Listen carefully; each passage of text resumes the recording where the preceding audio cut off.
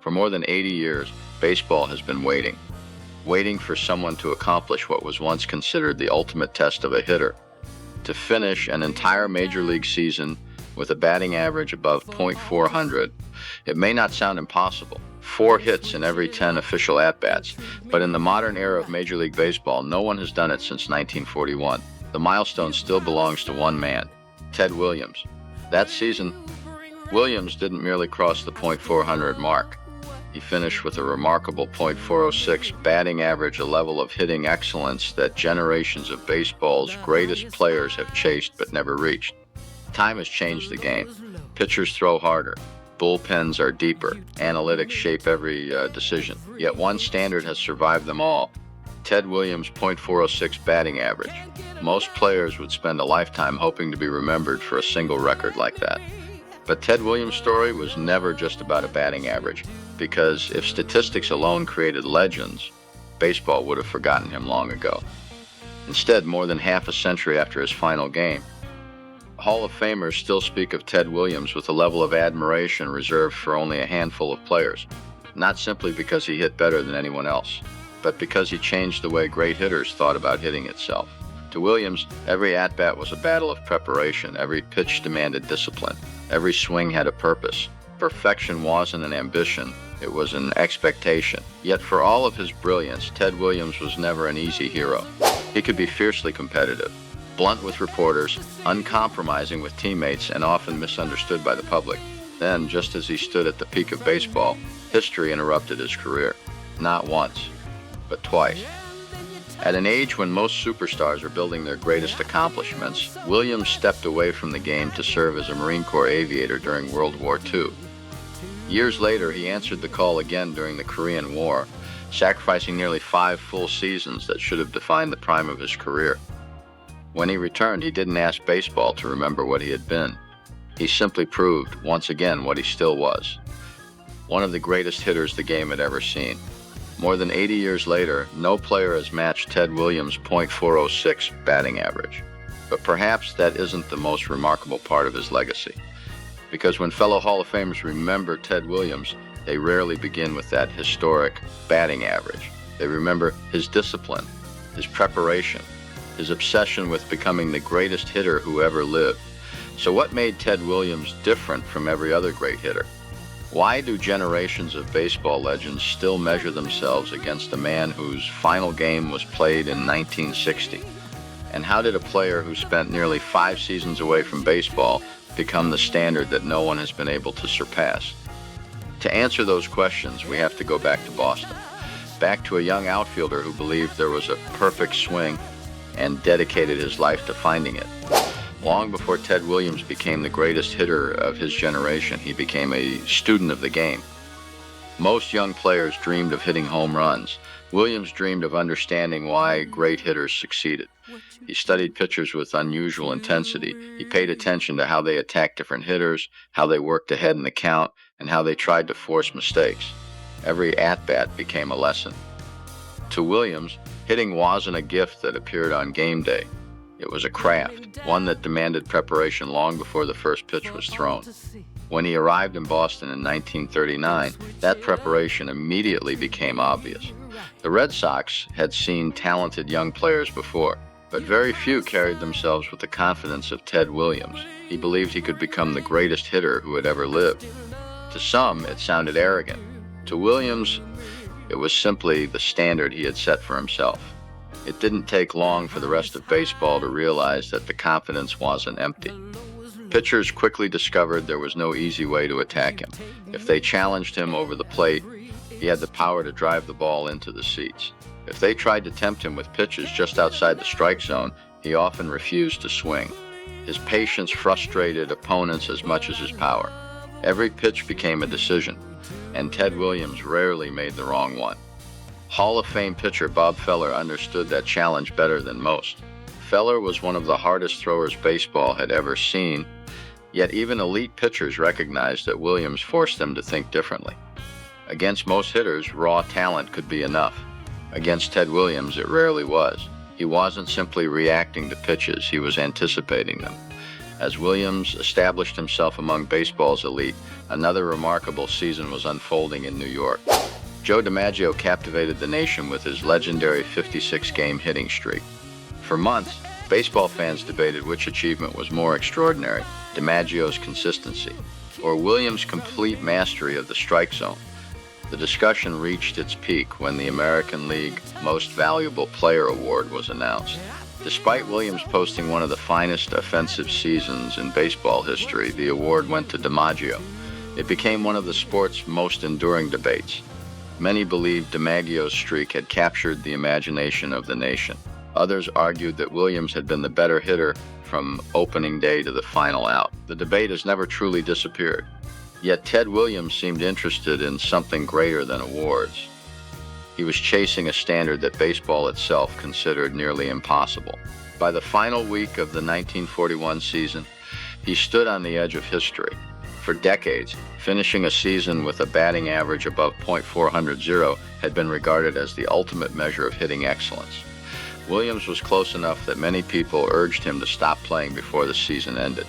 Under the league's rules, his .400 batting average would still have been officially recognized even if he chose to sit out the season's final doubleheader.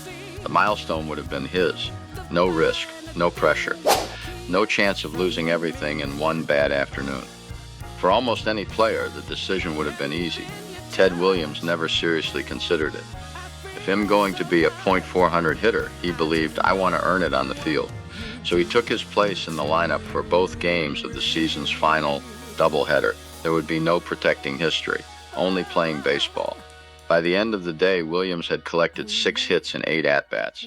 Instead of watching his batting average fall below baseball's most celebrated milestone, he raised it. He finished the season with a remarkable .46 batting average, becoming the last player in Major League history to finish a full season with a batting average above .400. More than 80 years later, no Major League player has matched that extraordinary achievement. The achievement became immortal. But something even greater had emerged.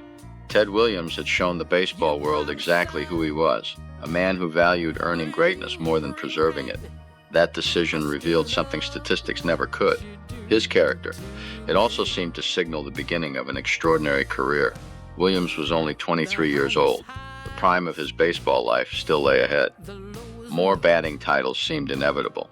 More MVP awards appeared certain, perhaps even records that would never be broken. But history has a way of changing even the most carefully written script.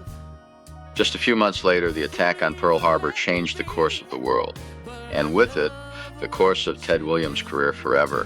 For most athletes, the greatest challenge comes from an opponent. For Ted Williams, it came from history. In December 1941, the attack on Pearl Harbor changed the course of the United States. Like millions of Americans, Williams suddenly found himself living in a world where baseball no longer seemed like the most important thing. At just 23 years old, he was already one of the game's brightest stars. Many believed they were watching the beginning of the greatest offensive career baseball had ever seen. Instead, that career was put on hold. Williams entered military service and trained as a Marine Corps aviator, leaving behind packed ballparks for airfields and combat preparation. For nearly 3 full seasons during World War II, baseball lost its most gifted hitter. There was no guarantee he would ever return. Many Major League players served during the war. Some never came home. Others returned as different men. The prime years of an athlete's career are precious. Once they are gone, they cannot be recovered. When World War II ended, Williams returned to Boston in 1946. There were inevitable questions. Could he still hit? Had years away from the game diminished the extraordinary precision that made him so feared? Williams answered those questions the only way he knew how: with his bat. He won the American League Most Valuable Player Award and helped lead the Red Sox back to the World Series as if the interruption had never happened.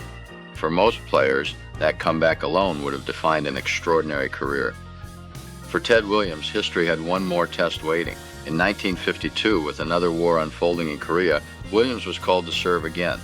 He returned to the cockpit as a Marine pilot, flying combat missions alongside future astronaut John Glenn. Once again, baseball was forced to wait. By the time Williams returned in 1953, He had sacrificed nearly 5 full seasons across 2 wars. 5 seasons. For an ordinary player, that number might not mean much. For Ted Williams, it represented years when he should have been at the absolute peak of his powers. Years when more home runs could have been hit, more batting titles could have been won, more records might have fallen. No one can say with certainty what his final numbers would have been. History doesn't allow us to replay the seasons that never happened. But one question has echoed through baseball for decades. What if Ted Williams had never left? Hall of Fame hitters who came after him rarely measured Williams by the records he finished with. They measured him by the greatness he displayed despite everything he lost. Tony Gwynn often spoke of Williams as the ultimate standard for pure hitting. Wade Boggs studied his philosophy and embraced many of the same principles of patience and strike zone discipline. To later generations, Williams was simply remembered as a great hitter. He became the teacher they had never met. The author of The Science of Hitting, the player who turned batting into a discipline that could be studied, refined, and passed from one generation to the next. Yet even as fellow players admired him, life away from the batter's box remained far more complicated. Williams never tried to become baseball's most popular star. His relationship with the Boston press was often tense. He disliked what he considered unfair criticism and rarely hid his frustration. To some reporters, he seemed difficult. To many fans, he could appear distant. The contrast was striking. The media often saw a stubborn superstar. His peers saw perhaps the greatest hitter they had ever known. Ted Williams never seemed interested in changing people's opinions. He cared far more about mastering his craft than winning a popularity contest. It was a mindset that earned both admiration and criticism, but it also made him unforgettable. Because greatness does not always come wrapped in charm. Sometimes it comes wrapped in relentless honesty. By the late 1950s, Williams was no longer the young phenom who had arrived in Boston with limitless confidence. He was an aging slugger whose body carried the wear of 2 wars and 2 decades in the major leagues. Most players would have been fading. Ted Williams had other plans. Instead of slowing down, he continued proving that discipline could outlast youth. And before his remarkable career came to an end, he would deliver one final moment that perfectly captured who he had always been. By 1960, Ted Williams had nothing left to prove. He had won MVP awards, he had captured batting titles. He had become the last player to finish a full major league season with a batting average above .400. He had sacrificed nearly 5 years of his career in military service, and he had earned the respect of the very people who understood greatness better than anyone else's fellow players. Yet baseball has a way of asking for one final performance. On September 28, 1960, more than 20 years after he first arrived in Boston, Ted Williams walked to the plate for the final official at-bat of his career. The crowd at Fenway Park knew they were watching the end of an era. The greatest hitter many had ever seen was about to take his final swing. There would be no farewell ceremony that day, no long speech, no dramatic pause. Ted Williams had never been comfortable with public sentiment. He preferred to let the game speak for him. The pitcher delivered, Williams swung, the ball soared toward the right field bullpen, home run. It was the .521 stand final home run of his career. There are moments in sports that feel almost too perfect to be true. This was one of them. A man who had spent 2 decades mastering the art of hitting left the game the only way that seemed fitting, by doing what he had always done better than almost anyone else. Years later, writer John Updike would describe that afternoon in one of baseball's most celebrated pieces of sports writing, capturing the strange silence that followed as Williams rounded the bases. The fans wanted one last acknowledgement, one final wave, one lasting connection with the player they had watched for 2 decades. Williams never tipped his cap. He crossed home plate, returned to the dugout, and disappeared into baseball history. Some saw it as cold. Others believed it was perfectly Ted Williams, a man who had always expressed himself more honestly through performance than ceremony. Perhaps that is why opinions about Ted Williams have always been complicated. The public sometimes questioned his personality. The media often focused on his conflicts. But when Hall of Famers spoke about him, the conversation changed. Bob Feller respected the challenge of facing him. Mickey Mantle admired his understanding of hitting. Hank Aaron viewed him as one of the greatest offensive players the game had ever produced. Tony Gwynn openly acknowledged Williams as the standard every pure hitter chased. Wade Boggs studied his philosophy, believing that Williams had explained hitting better than anyone before him. That difference is revealing. The people who understood hitting best often admired Ted Williams the most, not because he was perfect, not because he was universally loved, but because they understood how impossibly difficult it was to do what he did. Ted Williams didn't simply produce remarkable numbers. He changed the conversation about hitting itself. He proved that greatness was not built on talent alone. It demanded preparation, discipline, patience, the willingness to wait for the right pitch, even when thousands of fans were begging you to swing. His influence reached far beyond his own era. Every time a young hitter studies the strike zone instead of chasing pitches, every time a coach teaches patience over panic, every time a player values one quality at-bat more than one reckless swing, a small part of Ted Williams' philosophy is still alive. That is how legends endure, not only through records, but through ideas that outlive them. More than 80 years after the 1941 season, baseball is still searching for another hitter capable of finishing a full season with a batting average above .400. Perhaps one day someone will. Records, after all, are meant to be challenged. But even if that day comes, matching Ted Williams' .406 batting average will equal only one achievement. It will not recreate his journey. It will not erase the seasons he willingly gave up. It will not replace the standard of preparation he left behind. And it will not change the way generations of Hall of Famers have remembered him, because Ted Williams' greatest legacy was never a number. It was a mindset, the belief that greatness is not something a player is given. It is something pursued every single day with relentless discipline. That pursuit made Ted Williams one of baseball's greatest hitters. It also made him one of baseball's greatest legends. Records are meant to be broken. That is one of the oldest truths in sports. Sooner or later, someone runs faster, throws harder, hits farther. Every generation believes it will witness something the previous one never imagined. Yet baseball has a way of reminding us that not every record is defined by numbers alone. For more than 80 years, players have chased the standard Ted Williams set in 1941. Some have come close. Many of the greatest hitters in history have fallen short.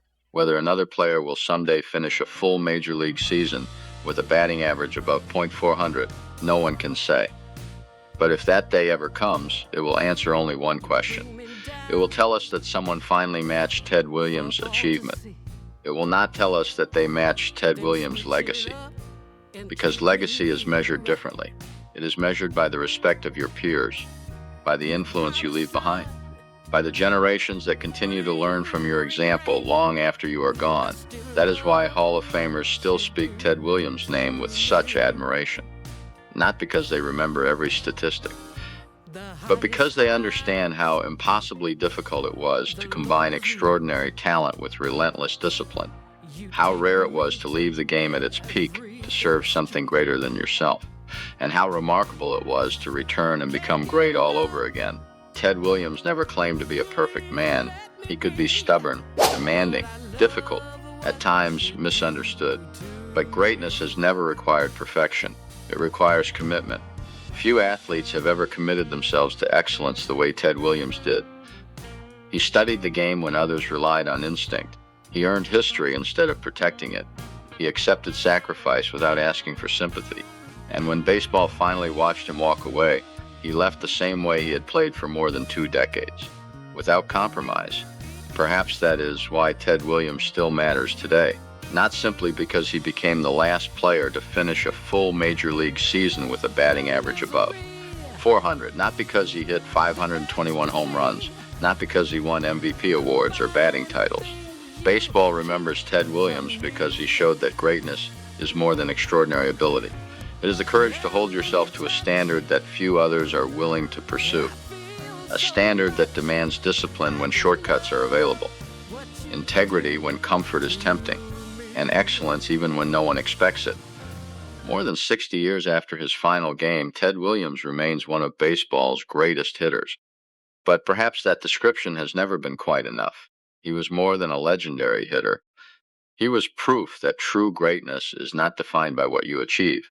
It is defined by the standard you leave behind, and that is why baseball still remembers Ted Williams.